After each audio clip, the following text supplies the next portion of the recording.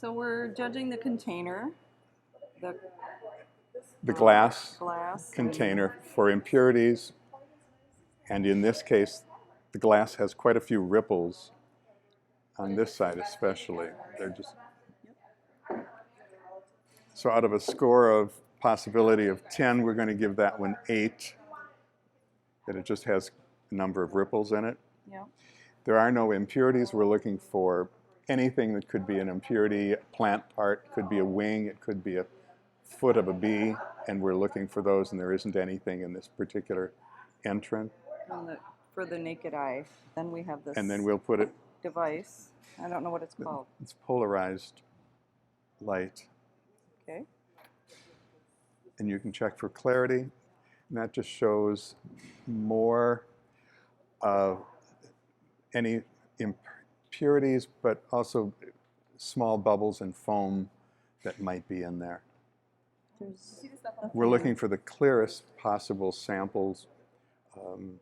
There's some wax, I think, on the bottom of this one. Okay, there might be wax parts.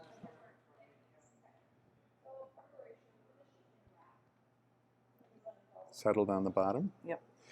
So in impurities, let's take 1 point off. From 15, we'll go down to 14. And in clarity, there was still some bubbles. So let's take off 2 points for that. Okay. And what we're looking for is volume to be right up at the first ring, and this one's just slightly low. It's nice, but it's just slightly low. So on volume, we're going to take 1 point off. I don't see any foam or bubbles. So that's good. So we're leaving that score right, alone. we'll leave that score as it is. Okay.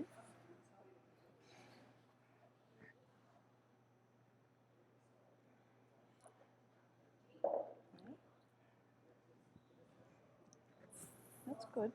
Flavor is up to the individual, and as long as it's acceptable and not offensive or chemical, it will get full score. Moisture is read through a refractometer, and the moisture content is 18.2. So they get and full that's point. full score.